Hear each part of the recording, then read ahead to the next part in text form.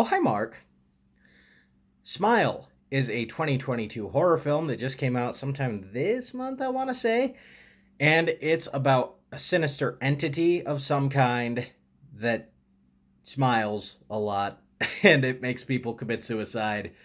And once you witness someone who is infected by this entity smile and then commit suicide, you are now infected with the entity, and the entity is going to make you try and commit suicide. Basically, it's some kind of heavy-handed metaphor for mental illness. Now, that being said, it's not bad. I didn't say that it was heavy-handed because it was bad. I said it was heavy-handed because it was obvious. Because it's pretty obvious. But watching the film, I liked this a whole lot more than I thought I was going to like it. If I'm being entirely honest, I saw the trailers. I was like, that looks really, really generic. I can't help but think this is just going to be another fleeting little fart in the wind horror movie that you go see in October and you're like, oh wow, that might have been worth like half the price of admission. But I'm happy to report that it wasn't. It was a cool movie. Um, One thing, it's really in love with this shot that it does where it's like upside down and then the shot slowly twists around, and it's very in love with that. And it's not that that's bad. That's an okay shot. I don't know the significance of it, if there is significance of it, or if it's meant to make you feel a certain type of way. um I just thought it was funny because it was like those side swipe transitions in the prequel trilogy where you went, oh yep, there's another one of that. Like you could make a drinking game out of every time the screen does that in this film. You probably wouldn't want to because that'd be a little nauseating. But yeah, so that's a thing in this movie. But also in this movie, there's some really genuinely creepy horror imagery. Now, that being said, not a perfect film. Um, there are moments where it feels like, all right, well, this is a normal horror fare. It's just kind of, oh well, this is happening again. Wow, oh, wow, that's crazy. I can't believe she's doing research on a laptop, like we've seen in every movie. And then in all of these curse movies, right, you have to follow the curse back to its origin, and that's kind of tedious because you know it's gonna happen. And then on top of that, we don't really get the curse explained to us per se, uh, as in an origin story like we would in something like The Ring, which is probably the best example of one of these curse type films. This one's up there though. I mean, it kind of is. And really, I think we didn't get an explanation because it wasn't supposed to be this entity with an origin story. I think it was supposed to be, like I said at the beginning of the video, where it's a little more metaphorical, kind of a cerebral sort of thing, sort of thing, and it is almost it follows ish. Matter of fact, that's like the best comparison I can do is Smile and It Follows, very much so, kind of on the same wavelength. This film, though, a couple of times it has like a corny thing because, in my opinion, the whole smiling thing, the whole wide smile, is a bit corny.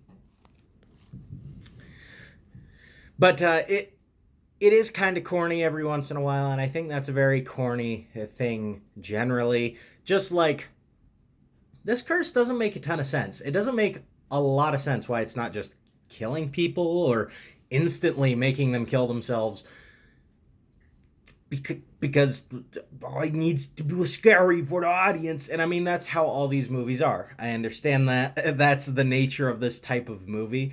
It's just kind of silly that it just kind of walks around all movie long. Am I scary yet? Actually, I probably am fucking scary when I. Jesus Christ. That made me look like I shouldn't be allowed within like 300 yards of a school zone. That was terrifying. But anyway, the film is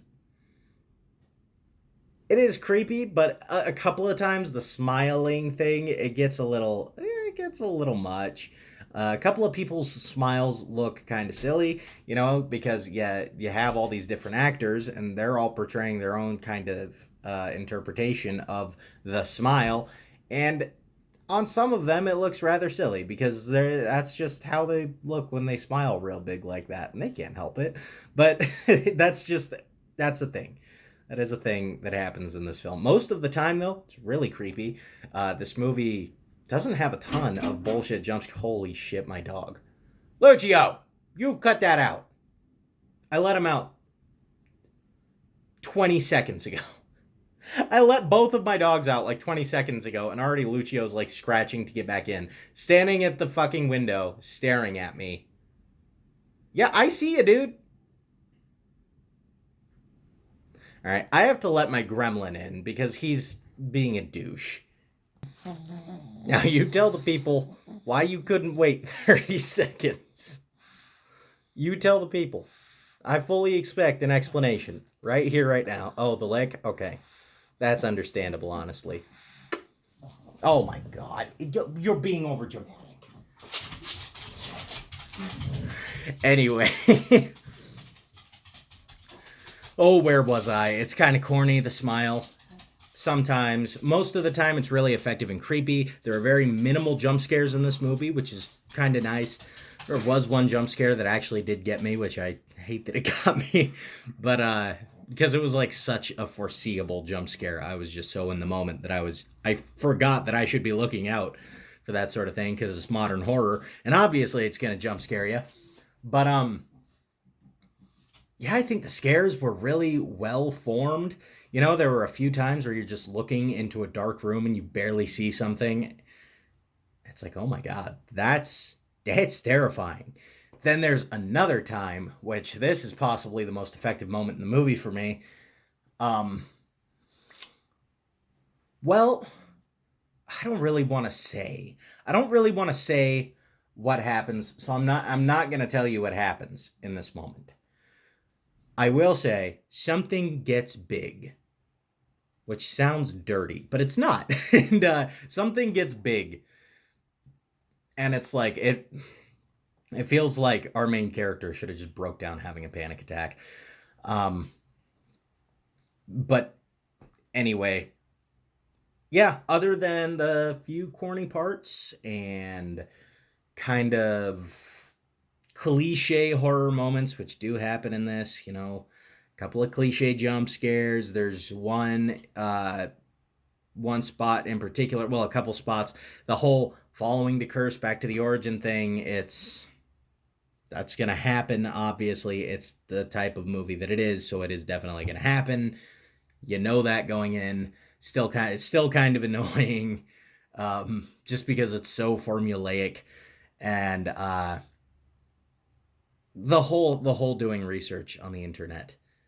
At this point, I think we get it. That's how research is done. But like, I understand. What else are you gonna do? I don't know. Just internet research scenes. I roll my eyes every time they happen because, like, oh, okay, well, that's happening again in like the 1476th modern horror film this week. But overall, Smile was a really good time. It was really creepy at parts, and it was, I want to say it was an effective metaphor. Yeah, absolutely. And I cannot stress enough, creepy. It's creepy. And you know what surprised me a huge amount? It's better than Halloween Ends.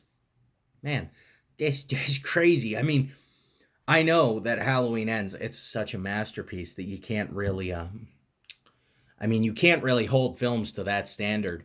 But this film did it. It surpassed Halloween. By the way, if you can't tell, and if you didn't see my Halloween Ends rant or my spoiler review on Halloween Ends, I hated that film with every ounce of my soul. So basically, I'm just, in every review now, I'm mentioning Halloween Ends. I'm taking every single opportunity in my power to throw shade at that heap of shit. And I'll be doing this for the next 9 years in casual conversations with people. Oh yeah, man, that's crazy. I can't believe you got your identity stolen.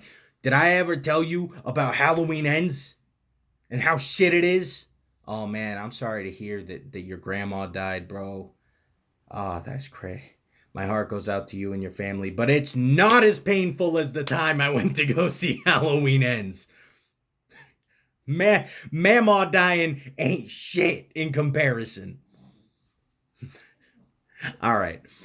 Um, anyway, guys, I think at the end of the day, I'm going to give this movie like an 8 out of 10. I really dug Smile. If you can, go see it.